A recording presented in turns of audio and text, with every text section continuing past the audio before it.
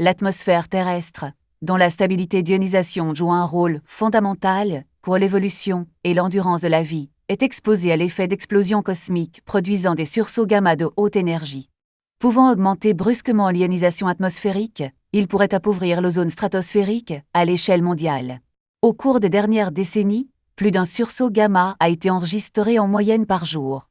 Néanmoins, les effets mesurables sur l'ionosphère ont été rarement observés, en tout cas sur sa face inférieure d'environ 60 km jusqu'à environ 350 km d'altitude. Nous rapportons ici la preuve d'une intense perturbation ionosphérique du côté supérieur environ 500 km induite par une perturbation ionosphérique soudaine et importante et d'une grande variation du champ électrique ionosphérique à 500 km, qui sont toutes deux corrélées au rayonnement gamma du 9 octobre 2022. Rafale de rayons, JARB 221009A.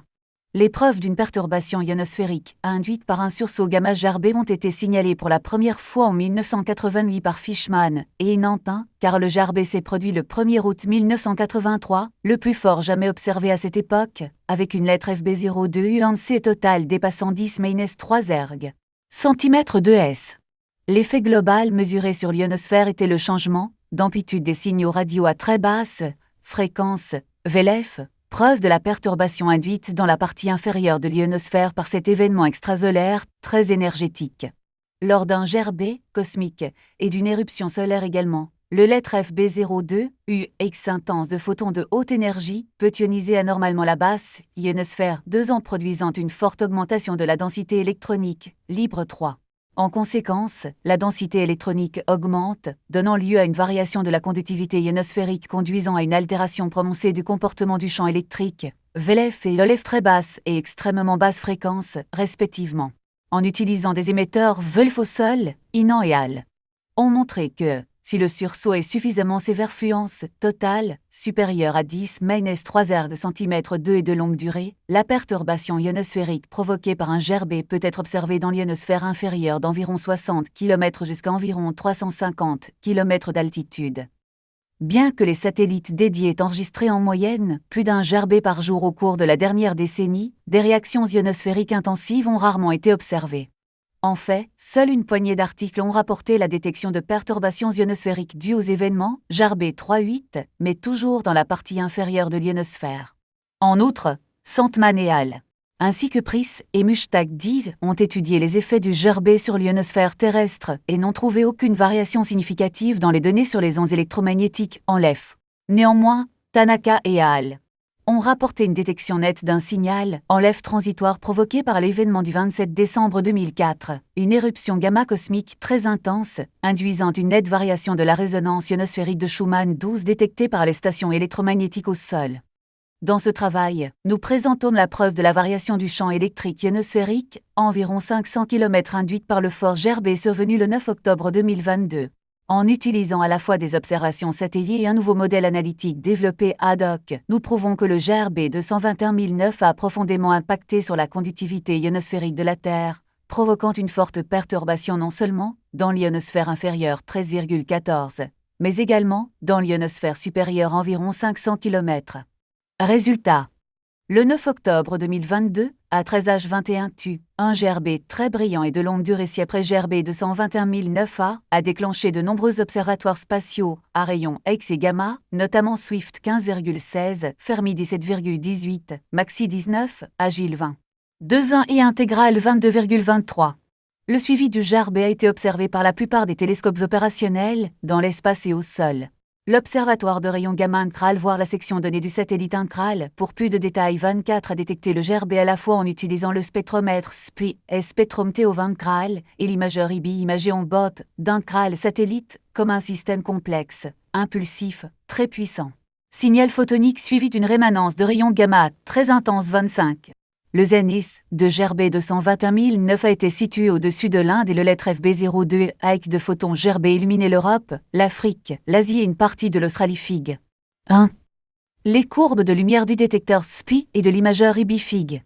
2 montrent une structure à plusieurs pics avec un précurseur modérément intense, commençant à 13h-16h58, ETC, suivi d'une très forte émission GRB rapide, culminant à 13h21, ETC est une rémanence gamma douce, soutenue et de longue durée détectée par les deux instruments dans la plage d'énergie de 75 000 kVSP et de 0,205 ans à 2,6 MeV/b, respectivement.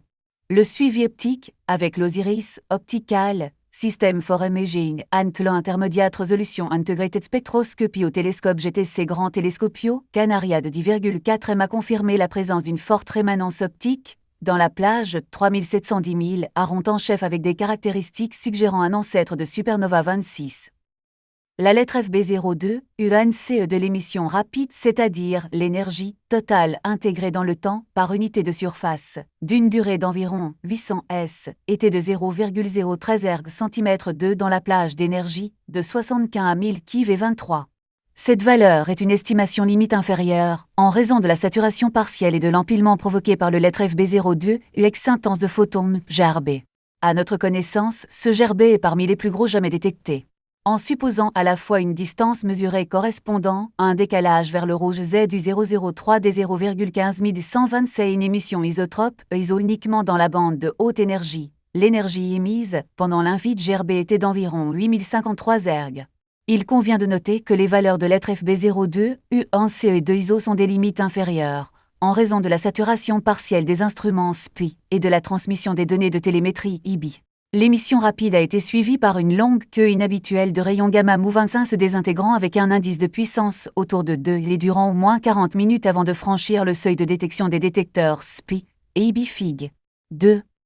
GRB 221009 a fortement perturbé la région des traits environ 60 à 100 km d'altitude et, pour la première fois, son effet a également été observé dans l'ionosphère supérieure 507 km par le détecteur de champ électrique, OFD28 à bord du LO, le satellite sismo-électromagnétique chinois en orbite terrestre, LOX, voir la section sur les données de champ électrique du satellite X, pour plus de détails 29, qui orbite du nord au sud au-dessus du secteur européen, ligne bleue sur la figure 1. La figure 3 montre la comparaison entre le lettre FB02X de rayon gamma SPI à 7 panneaux A et le champ électrique ionosphérique mesuré par OFF des panneaux B. À 13h17h01 l'EF s'est allumé juste avant d'entrer dans l'ovale auroral O. Dans cette région ombrée en bleu, les variations du champ électrique sont fortement dominées par l'électrojet auroral, un grand courant horizontal circulant principalement dans la région E de l'ionosphère, située à une altitude d'environ 100-150 km. Généré par processus complexe d'interaction, vent solaire magnétosphère 3032. Cet effet se traduit par l'impossibilité de corréler l'évolution des pics de GRB de 121009 à de 13h17h07 à 13h20h44 La position des limites de l'AOR a été déterminée à l'aide de Dean et al. Algorithme. À 13h25h03, environ 1,5 main delta G après le début du troisième et dernier pic de GRB de 121009 A, l'EF a observé un fort pic de la valeur électrique ionosphérique d'environ 54 MVM. Nous émettons l'hypothèse qu'une telle variation du champ électrique dans l'ionosphère supérieure peut être provoquée par l'événement GRB de 121009 A. En fait, delta G pourrait être lié à un trait caractéristique de l'ionosphère en réponse au flux ionisant, qui dépend en général de l'équilibre entre le taux de production d'électrons dominé par la photoionisation et les pertes d'électrons résultant de la recombinaison. 34,36-37 L'effet physique provoqué par le processus de perte d'électrons est de retarder la réponse des changements de densité électronique, ρ aux changements induits par le processus de photoionisation. En conséquence, delta G devrait représenter le temps nécessaire au processus de recombinaison par photoionisation ionosphérique pour retrouver l'équilibre après une augmentation de l'irradiance. Plus la densité ionosphérique est élevée, plus le temps de retard est long 35,3738. La figure 4 montre les observations du champ électrique d'UX lors de l'événement GRB de 121009 A pour les trois composantes géographiques X panneau A et panneau B et panneau C, où X est dirigé vers le nord, Y vers l'ouest et Z le long de la panneau négatif. Direction radiale. On voit facilement que la variation off des courbes noires se superpose à une modulation basse fréquence induite par l'effet VAT multiplié par B28. À 13h25h03 un large pic dans le champ électrique ionosphérique est visible le long des trois composantes, dont les amplitudes sont delta XU003 des 32,6 MVM, delta U003 des -39,5 MVM, delta U003 des 27,9 MVM. Discussion. Ces observations concordent avec une ionisation anormalement élevée dans l'ionosphère. En général, de telles perturbations ionosphériques sont causées par des éruptions solaires ou des événements de particules solaires conduisant à une absorption soudaine des ondes radio dans les gammes des moyennes fréquences MEF et des hautes fréquences HF39. Ces effets sont détectés dans la région D et sont appelés perturbations ionosphériques soudaines CD40. Dans le cas présent, le flux de photons très fort et de longue durée, dû à GeRB 221009, a déclenché un niveau d'ionisation sans précédent dans l'ionosphère, produisant à la fois un CD significatif dans l'ionosphère inférieure et une forte variation du champ électrique dans l'ionosphère supérieure. Nous émettons l'hypothèse que les fortes variations du champ électrique ionosphérique mesurées par X à une altitude de 507 km ne peuvent provenir que d'une forte variation de la conductivité parallèle ionosphérique sigma 0 41,42 qui dépend directement de la densité du plasma, voire équation SIN dans modèle analytique pour la variation du champ électrique ionosphérique côté supérieur induite par une section GeRB. Pour confirmer un tel scénario, d'une part, nous avons étudié la répartition du contenu électronique total TC ionosphérique sur l'Europe, tel que mesuré par les récepteurs du système mondial de navigation par satellite GNSS, voire la section donnée sur le contenu électronique total du GNSS. À partir de la Fig. 5. Les récepteurs GNSS situés dans la zone méditerranéenne ont enregistré une augmentation significative du TC le 9 octobre panneau B entre 13H00 et 14H00 T par rapport à la veille panneau A et à la veille panneau C en même temps. CO en lettres FB01 RMANT ainsi, l'effet ionisant du GeRB 1,13, 43 intense. D'autre part, nous avons développé un modèle analytique, voire modèle analytique, pour la variation du champ électrique ionosphérique supérieur induite par un GeRB pour plus de détails capable de donner une première évaluation quantitative approximative de la variation du champ électrique ionosphérique supérieur induite par un GeRB. Flux de photons impulsifs par exemple, l'impact d'un GeRB. Comme le montre la figure 6, une source de photons impulsives peut générer une variation du champ électrique ionosphérique supérieure d'environ 30 mVm uniquement si le rapport R-alpha-bit entre les taux de production d'ions alpha et d'absorption vita est supérieur à 5. De plus, si R-alpha-bit est inférieur à 2, l'effet de l'ionisation ne semble pas pouvoir produire une variation significative du champ électrique. Un tel résultat est en accord avec les observations expérimentales précédentes liées au GeRB frappant l'ionosphère 1,44344. De plus, notre modèle prédit un délai delta entre le pic du GeRB et le pic de variation du champ électrique ionosphérique de 1,22 minutes pour R-alpha-bit U003D5. Ce delta est en accord avec le delta G observé. Comme indiqué précédemment, les observations dans l'ionosphère inférieure étant analogues aux effets induits par les éruptions solaires solar-flare effet des CFE 45,46, nous avons étudié la possibilité d'une intensification soudaine du système de courant ionosphérique, calme solaire SQ47, 4,8 et de l'électrojet équatorial ionosphérique, OJ49,50 induit par le GeRB 221009 à 51. Les courants électriques ionosphériques SQ sont localisés dans la région et sont responsables de la variation diurne du champ géomagnétique observé au sol, 52. La figure 7b montre la comparaison entre l'électrojet équatorial, estimé en termes de variation de la composante nord-sud du champ géomagnétique, H, voir la section évaluation de l'électrojet équatorial pour plus de détails, calculé pour une journée solaire calme 12 octobre 2022. Ligne noire est pour le jour de l'occurrence du GeRB 9 octobre 2022, ligne rouge. On peut voir que l'apparition du GeRB 221009 à ligne pointillée verticale, noire a généré une perturbation de Lige. En effet, superposée à la variation à long terme présente dans les 2 jours et caractérisée par un minimum à l'aube et au crépuscule, et par un maximum vers midi, vers 13h21 tu apparaît une lettre FB02, UCT, UAT, ION de basse fréquence 0,35 MHz. Une telle variation est plus claire dans les données originales du magnétomètre utilisé pour l'évaluation, OJ-PANOSA, B, C et D sur la figure 7. En fait, en regardant les données de Tatioka Pano B et D qui se trouvent à l'intérieur de Lige, nous pouvons voir que pendant des conditions calmes Pano B, le champ géomagnétique atteint ses valeurs maximales vers midi local, restant presque stable pendant environ 2,5 heures avant diminuant à mesure que la station s'approche du crépuscule local 49. Différemment, le 9 octobre Pano D, avant l'occurrence du GeRB, comme prévu le champ H atteint sa valeur maximale, mais, vers 13h21 tu, en coïncidence avec l'occurrence du premier pic du GeRB ligne verticale pointillée noire, au lieu de rester stable, commence à fluctuer avec une fréquence basse de 0,35 MHz. Il est intéressant de noter qu'une telle altération a duré jusqu'à 19H00 t, probablement soutenue par la longue queue dure GeRB 221009 à Fig. 2. contenant plus de 10% de l'énergie totale de l'émission rapide. En conclusion, le flux de photons sans précédent associé au GeRB 221009 a profondément impacté la conductivité ionosphérique de la Terre, provoquant une forte perturbation non seulement dans la partie inférieure de l'ionosphère, où il est généralement observé à l'aide d'antennes, VLF au sol, mais également dans la partie supérieure. Côté ionosphère à environ 500 km.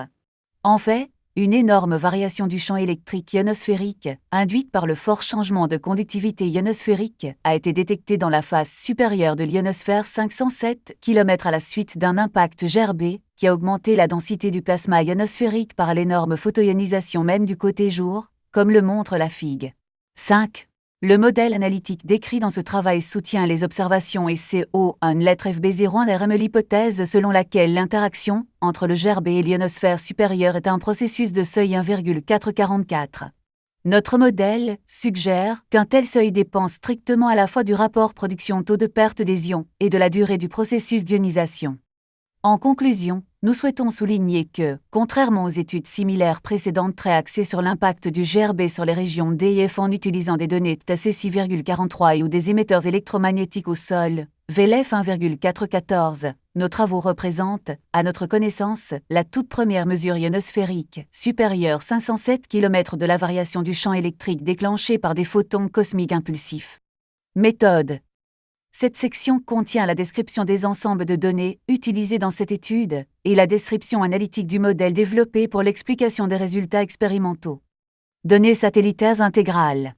ANGRAL, l'un des principaux observatoires spatiaux de l'ESA destinés aux observations dans la gamme d'énergie allant de quelques kV à 10 MeV, a été lancé en 2002 et est toujours pleinement opérationnel. Dans cette étude, les données de l'imagé IBI 54 et du spectrum TSP 55 ont été utilisées. IBI observe notamment de 25 kV à 10 MeV avec une résolution angulaire de 12 arcmin, permettant de localiser une source brillant à mieux qu'un arcmin. SPI observe un rayonnement compris entre 20 kV et 8 MeV avec une haute résolution énergétique de 2 kV à 1 MeV, capable de résoudre les raies gamma candidates 56. Les instruments ANGRAL ont été pointés vers une direction du ciel décalée d'environ 60 degrés par rapport à la direction d'arrivée du GeRB et le signal a été détecté par le bouclier omnidirectionnel SPI, et par le détecteur IBI, PI, CZT à travers le bouclier du télescope voir le matériel en annexe pour réponse détaillée du télescope 57. Les données ANGRAL sont transmises en continu et en temps réel au sol et distribuées presque en temps réel via le réseau WebGeoSAN ainsi que via le réseau interplanétaire EPAN. Données de champ électrique du satellite X. X01 satellite sismo-électromagnétique chinois est un satellite LEO en orbite héliosynchrone environ 507 km depuis février 201 829,58. X01 dispose de 9 instruments à bord pour l'observation du champ électromagnétique, des ondes et des particules chargées dans la haute ionosphère. Pour cette analyse, nous avons utilisé les données de champ électrique du détecteur de champ électrique OFD59. OFD est capable de mesurer le champ électrique dans 4 bandes de fréquences. ULFDC 16 Hz avec une fréquence d'échantillonnage de 125 Hz, OLF 6 Hz 2,2 kHz avec une fréquence d'échantillonnage de 5 kHz, VLF 1,8 kHz 20 kHz avec une fréquence d'échantillonnage de 50 kHz, et HF haute fréquence 18 kHz 3,5 MHz avec une fréquence d'échantillonnage de 50 kHz. En raison de la limitation des capacités de télémétrie, les données de forme d'onde ne sont disponibles que pour les bandes UF et OLF, et pendant quelques minutes, sur les ceintures sismiques mondiales, pour les bandes VELF et HF. Pendant la partie restante de l'orbite, les données VAF et HF sont transmises sous forme de transformés de Fourier rapide FT28. Pour éliminer l'effet V multiplié par B, V et B sont respectivement la vitesse de l'engin spatial et le champ magnétique local, induit par le mouvement du satellite à l'intérieur du champ géomagnétique, des composantes du champ. Nous avons appliqué la technique décrite dans Diogo et al. Données de contenu électronique total, GNSS. Pour étudier le scénario ionosphérique, conduisant à la variation impulsive observée du courant généré dans l'ionosphère, nous avons collecté et traité des fichiers RINEX quotidiens standards fournis par les stations permanentes, situées en Europe, du consortium universitaire NAVSTAR et de la Rotting Nationale, GNSS 60 gérée par l'Istituto Nazionale di GOO, lettre FB01 des ICAE Vulcaneugien. En particulier, pour calibrer les données de contenu électronique total vertical VTC, nous avons traité les mesures GNSS comme décrit dans D'Angelo et al. En utilisant la technique de Ciraulo et al. et Cesaroni et al. Plus précisément, pour générer des cartes sur une zone mondiale spécifique, nous avons effectué une moyenne d'observation VTC du nord sur 1 multiplié par 1 de latitude géographique et de longitude en utilisant les données enregistrées par tous les satellites en vue de chaque récepteur GNSS au sol sélectionné. Évaluation par électrojet équatorial. L'électrojet équatorial, EJ, a été obtenu en utilisant la méthode décrite dans SOR et al. Nous avons considéré la composante H nord-sud comme le champ géomagnétique au sol uniquement, directement lié au flux est-ouest de Liege 49. Nous avons utilisé 2 paires de stations au sol composées d'un magnétomètre proche de l'équateur magnétique et d'un autre presque au même méridien. Cette hypothèse permet de n'avoir qu'un seul observatoire sous l'influence de Liege. Pour estimer Liege, nous avons évalué la différence entre la composante H mesurée par les 2 paires de stations après la soustraction de la ligne de base nocturne. Enfin, le signal EJ à la longitude des stations équatoriales est obtenu, appelé delta H. Les informations des stations au sol utilisées pour l'estimation EJ sont présentées dans le tableau 1. Les données du magnétomètre ont été obtenues à partir du réseau de magnétomètres Intermagnet. Intermagnet est un consortium d'observatoires et d'instituts opérationnels qui garantit un standard commun de données diffusé à la communauté scientifique, permettant de comparer les mesures effectuées à différents points d'observation. Ce qui suit ne peut pas être lu par un outil automatique. Il contient trop d'équations. Bonjour à tous. Totalité des sources, des références bibliographiques dans les fichiers PDF qui se trouvent dans la description sous la vidéo. Si vous cherchez mon adresse électronique, vous pouvez y accéder. Elle est dans la section à propos de la présente chaîne YouTube, mais uniquement accessible depuis un ordinateur, pas des smartphones. Si vous souhaitez encourager la diffusion de la connaissance avec un grand C, des connaissances qui peuvent sauver des vies accessoirement, est-ce que vous pouvez mettre un pouce vers le haut, s'il vous plaît? C'est très important. Merci.